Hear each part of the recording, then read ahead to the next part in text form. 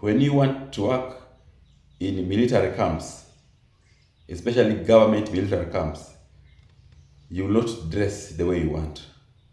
You will not put your hair the way you want.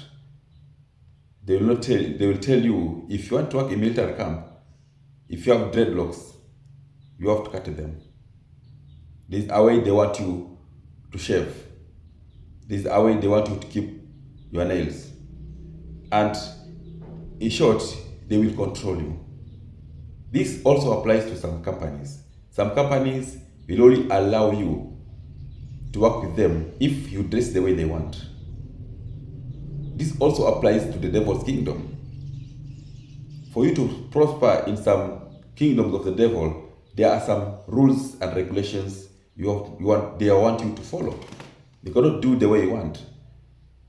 Some of them, they tell you to dress the way they want. If you are a gay, they might tell you to dress like a lady, to show others how you have been initiated. Some will force you to divorce a person you don't want, and some will force you to marry a wife or a husband which you don't want. In God's kingdom also, you cannot be the way you want. There are some rules and regulations in God's kingdom. There are no kingdoms in this world, either God's kingdom, devil's kingdom, or the kingdom of men, which has no rules and regulations.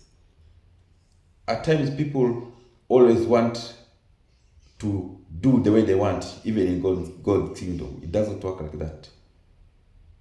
The Bible has clear rules.